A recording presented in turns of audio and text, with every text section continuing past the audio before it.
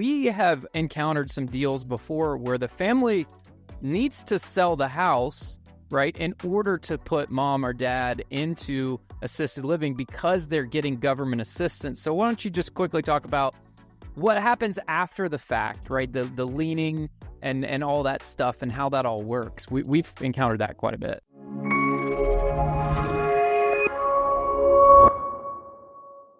Whenever somebody switches over to not being able to live independently, in-home caregivers in Georgia average between $28 and $30 an hour. Most people can't afford that, so they need some economies of scale. They look at what's called an assisted living, which are these big, beautiful properties. There's, just literally hundreds of them that are popping up right now. They offer food, housekeeping, and even things like bathing, toileting, medication management. Those kind of things cost on average $5,000 to $6,500 a month. Most people's income is not that high. And so whenever they move out of their house, a lot of times they'll use their home as equity to kind of build up the nest egg to budget for those assisted livings.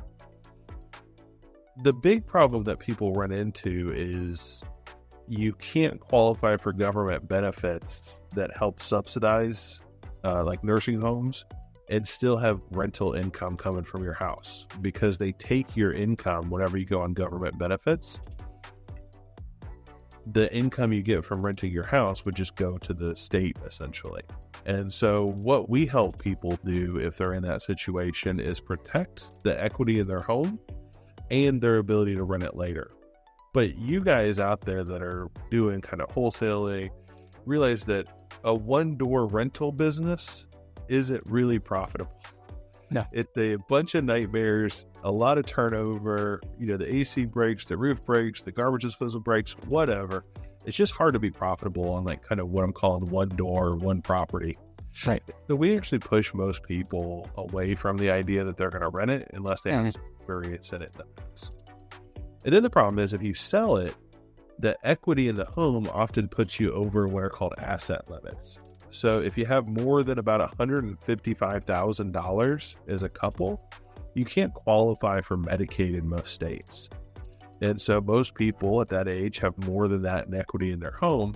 And so we use different types of trusts or sometimes even an LLC to be able to change what is considered exempt versus non-exempt.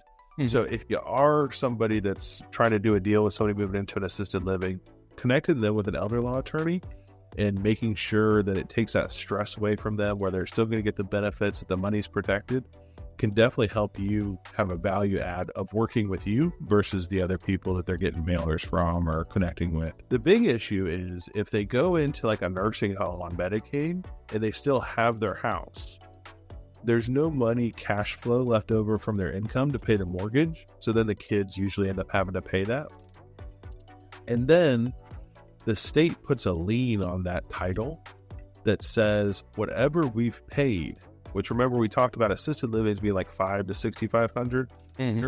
Those are about $9,000 a month. And so now there's this lien that grows every month by $9,000. And really that just sucks any equity that people have right out of there. And so the kids don't even get paid back usually about what they paid for the mortgage. So it's a really bad deal for the children. They don't get the equity of the house. They put money into it to try and keep it. Then the state takes it back with what's called clawback or estate recovery. Yep. And that's just a surprise to everybody because people think like, oh, mom got approved on Medicaid. The house is safe. Right. Not. And most people don't even know how to check that there's a lien. They don't know how to make sure that the property is saved. That's really where somebody like myself, the elder law attorney at Nelson Elder Care Law, can come in and add hundreds of thousands of dollars. But yeah, again, the timing on that is critical. People will talk about a 5-year look back. Like if you've sold your home in 5 years or you've gifted anything in 5 years, you don't qualify. If you work with an elder law attorney like us, we can get around most of those look backs. Okay, that's awesome. That's a great piece of advice there.